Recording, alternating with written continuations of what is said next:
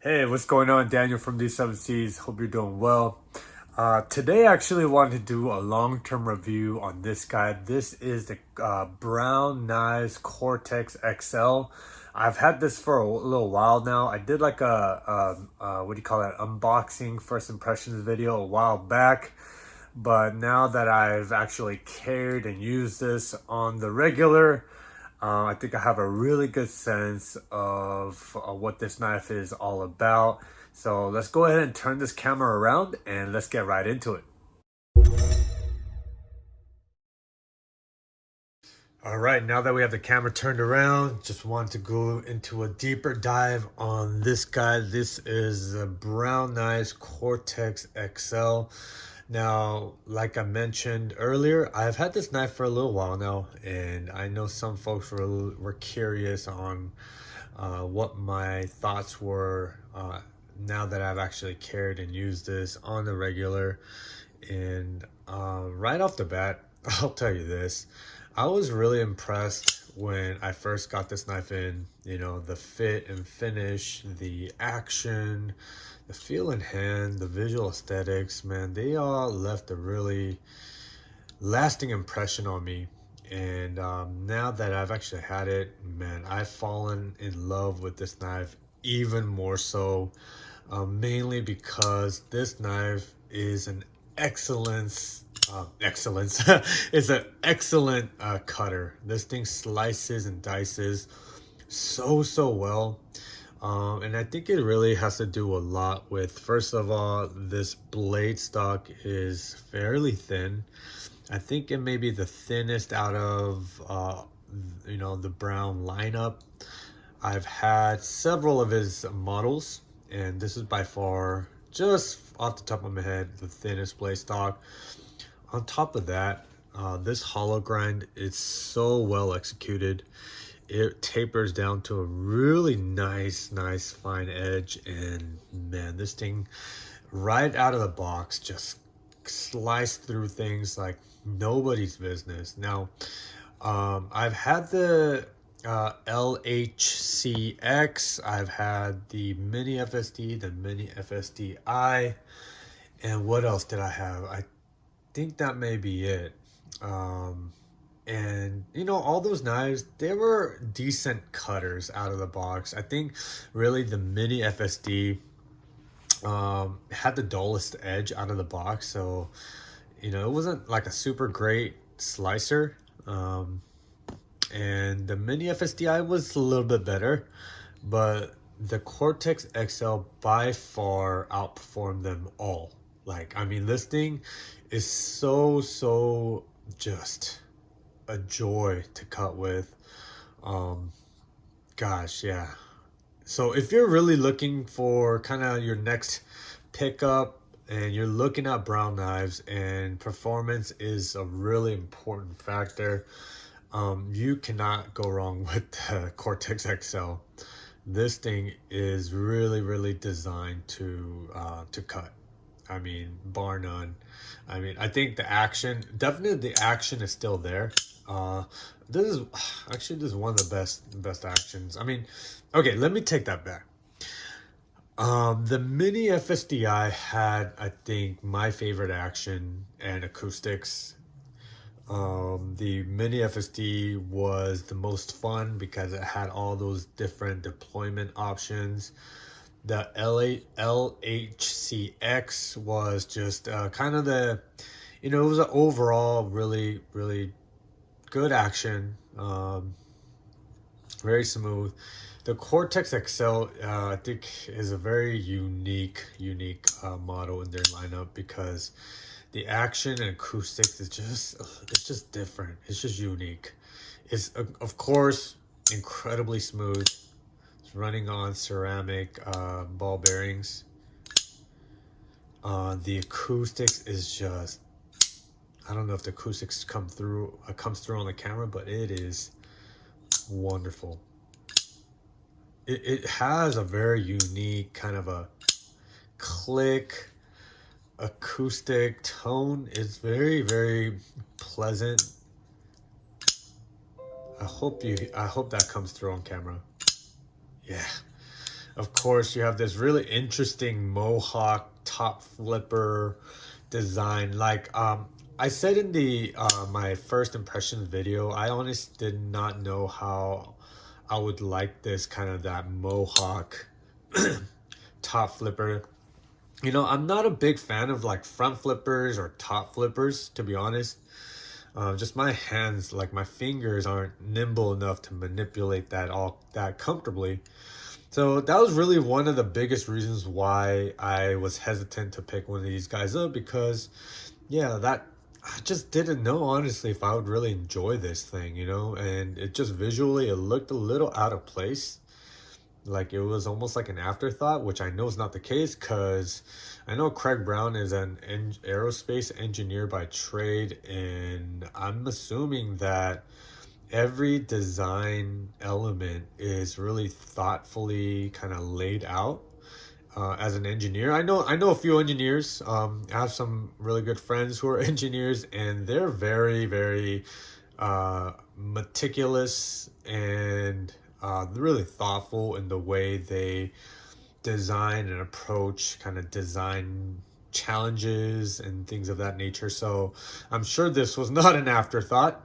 And of course, when I got in hand, I was very pleasantly surprised, because this thing works so well. And it is not it's not awkward that, you know, as I assumed it would be. This thing is just wonderful. Absolutely wonderful. This is coming from a guy that does not like top flippers, and I absolutely love this top flipper. I'm gonna call it like the mohawk. It kind of reminds me of a mohawk to be honest, but man, I could use my pointer finger. I could I could kind of use my thumb, kind of do a slow roll. But really, this is the area that really shines is using that Spidey flick. This Fuller is so well done. I honestly didn't think it would work so well, because when I just feel it with my hand, it doesn't, the edges aren't super sharp, and so I just assumed it's not going to really grab my fingernail all that well to do that flick. But I was proven wrong very quickly. This thing, I could use my pointer finger, I could use my middle finger. I mean, I could just pinch grip it out. This thing is an absolute just fun knife to deploy. So there's that. It is so if you're looking for kind of those multiple deployment options, the Cortex XL definitely has that. Works very well using either the Mohawk top flipper or the Fuller. So there you go. Now, this is definitely a slimmer knife. I think it may be the slimmest knife in their lineup. And so with that being said, it has a very slim kind of footprint in the pocket. If it rides very flat against the body, if you've clipped it into the seam of your pocket, it's very flat. It's kind of out of the way until you need it. But the great thing about it is by no means a small knife. This thing, I believe, is rocking about I think it's definitely over 3 inches for sure. If you account for that really large sharpening choil, and I'll kind of get into this part. Definitely 3.5. But just to do a size comparison, this is my Skiff Fugitive, also not like a small EDC. So these are very comparable in length, I would say, and they kind of incorporate very similar design cues. You know, you see that forward finger choil going on, you know, flipper action. This knife, I'm going to be doing a long-term review on this guy very soon as well. So let me go ahead and put that aside.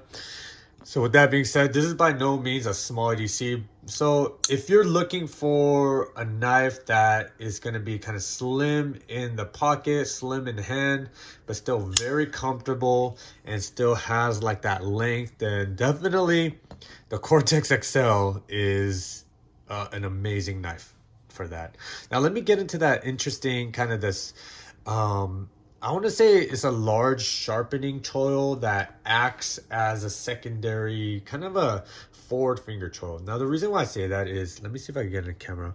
is very, very thin right there. As you can see right there, the meat of my pointer finger is largely resting on that very thin kind of that area of the blade, right? And it's not cutting me at all. And you know, if I just hold it normally, it's not gonna cut my finger.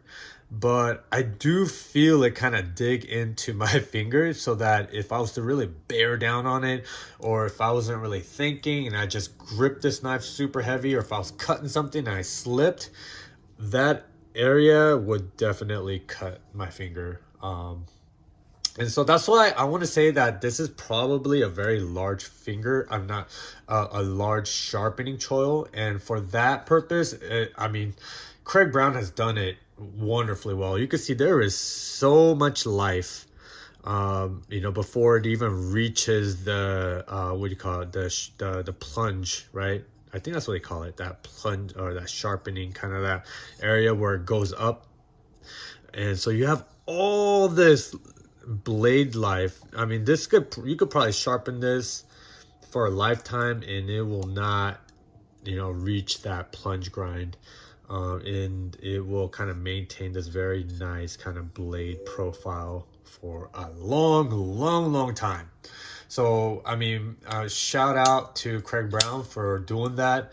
You know, I really love when as an end user, right, I'm going to be sharpening my knives, and so I like to, you know that it's not going to start deforming my, like, the blade profile because of that plunge grind, right? So that's done well. Now, again, going back to it as acting as kind of a secondary, like, four-finger choil, you know, feels very comfortable. You know, generally, I'm not going to be afraid that that blade's going to cut into my hand. I usually, when I'm using my knife, I'm very thoughtful. I'm paying attention, right? So I say 99% of the time it's going to be fine. But just know that is definitely thin right there. I mean, you could pretty much see how it really is thin, and it tapers down to that cutting edge right there. So while there is enough space for your finger, or at least for my pointer finger, to rest comfortably in that groove or in that choil, again, I'm a little leery because definitely I feel that very thin edge right there. So that's that. If I you know, go back on here, of course, it's super comfortable. I have more than enough real estate for all four fingers, and this is a very comfortable knife. I'll tell you that right now. I mean, you may think, okay, this is a very, like, thin knife, and again, this is the only other knife I have right now with me. It's definitely a thinner knife, but even with that being said, it still feels very comfortable in hand. I think really Craig Brown has done a great job of giving you enough kind of girth this way to really fill in that hand. And I love how he really just, you know, he you know, included this really, like, large, I guess it's finger choil. But man, this really locks in. I mean, this is not going anywhere. This feels so comfortable. And another thing I do want to point out is this jimping on here is done wonderfully well.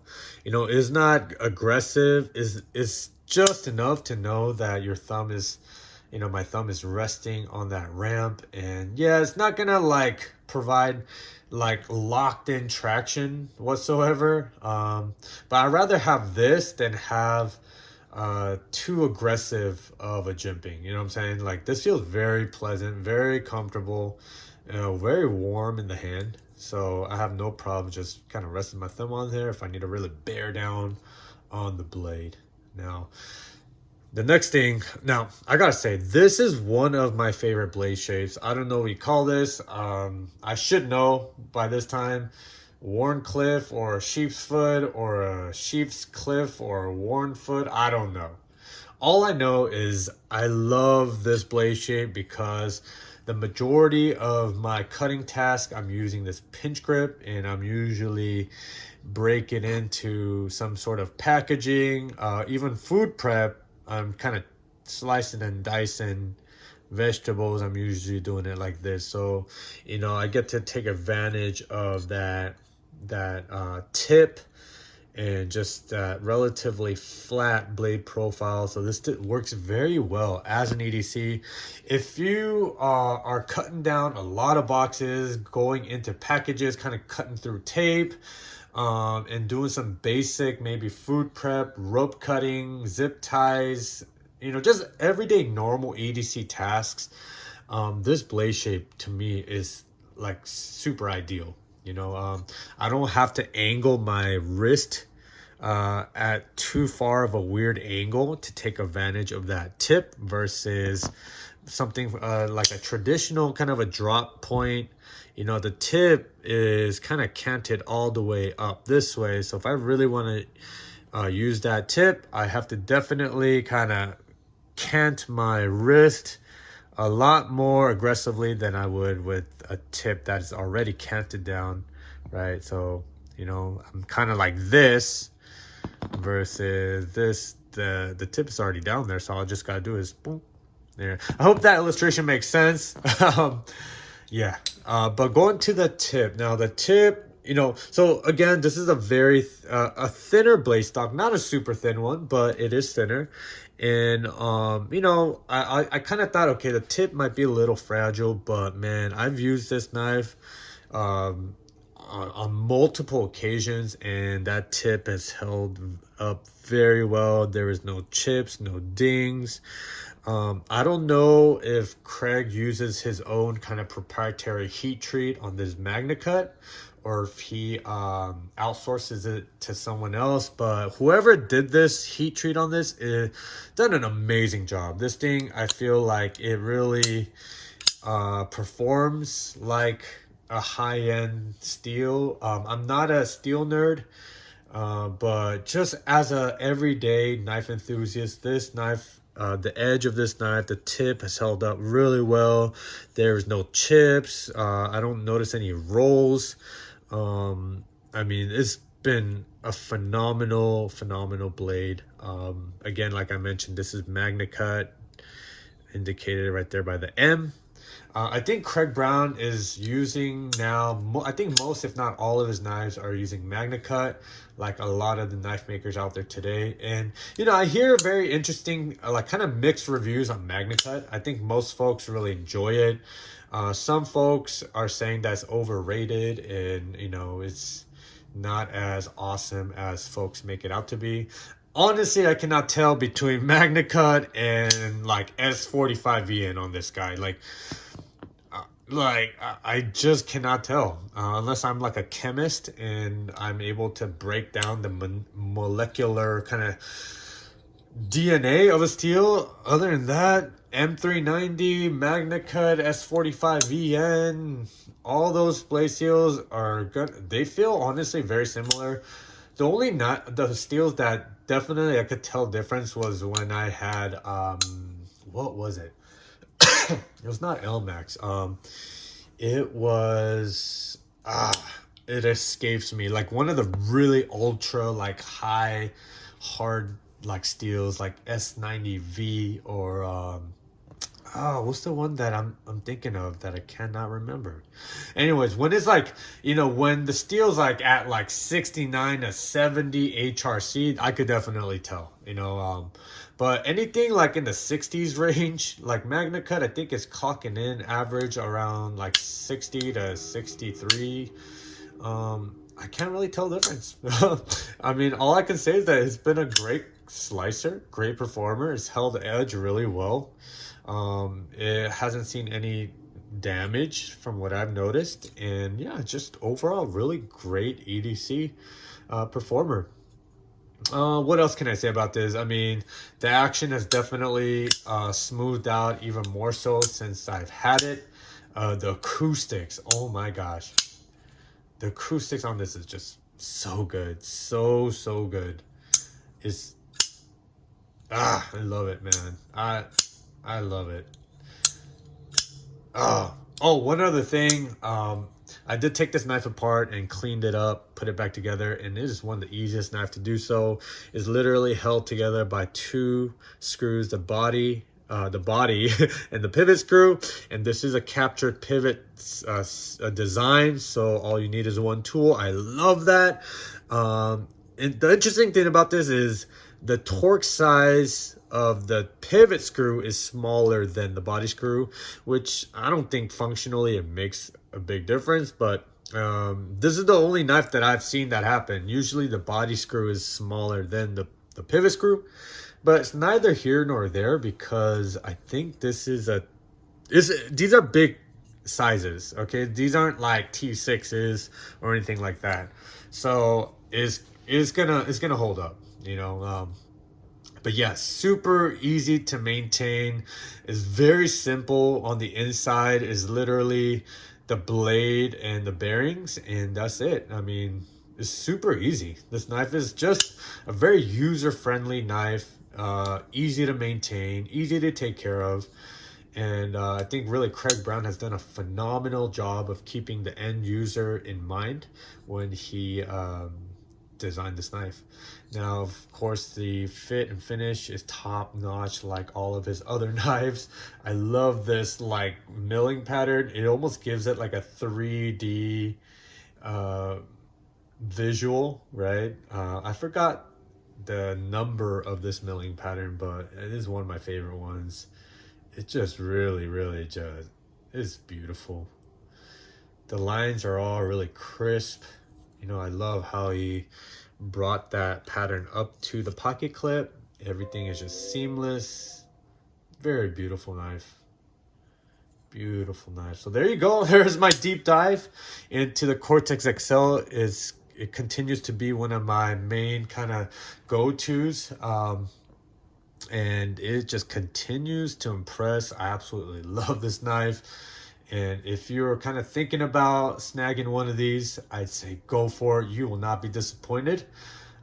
It honestly, for me, it has served very well as an EDC. So with that being said, would love to hear your thoughts, your comments, your questions. Drop them down below. Now, and if you like what you're watching, man, feel free to give me a subscribe and a thumbs up. With that being said, I hope you have a wonderful rest of your day, and I'll talk to you soon.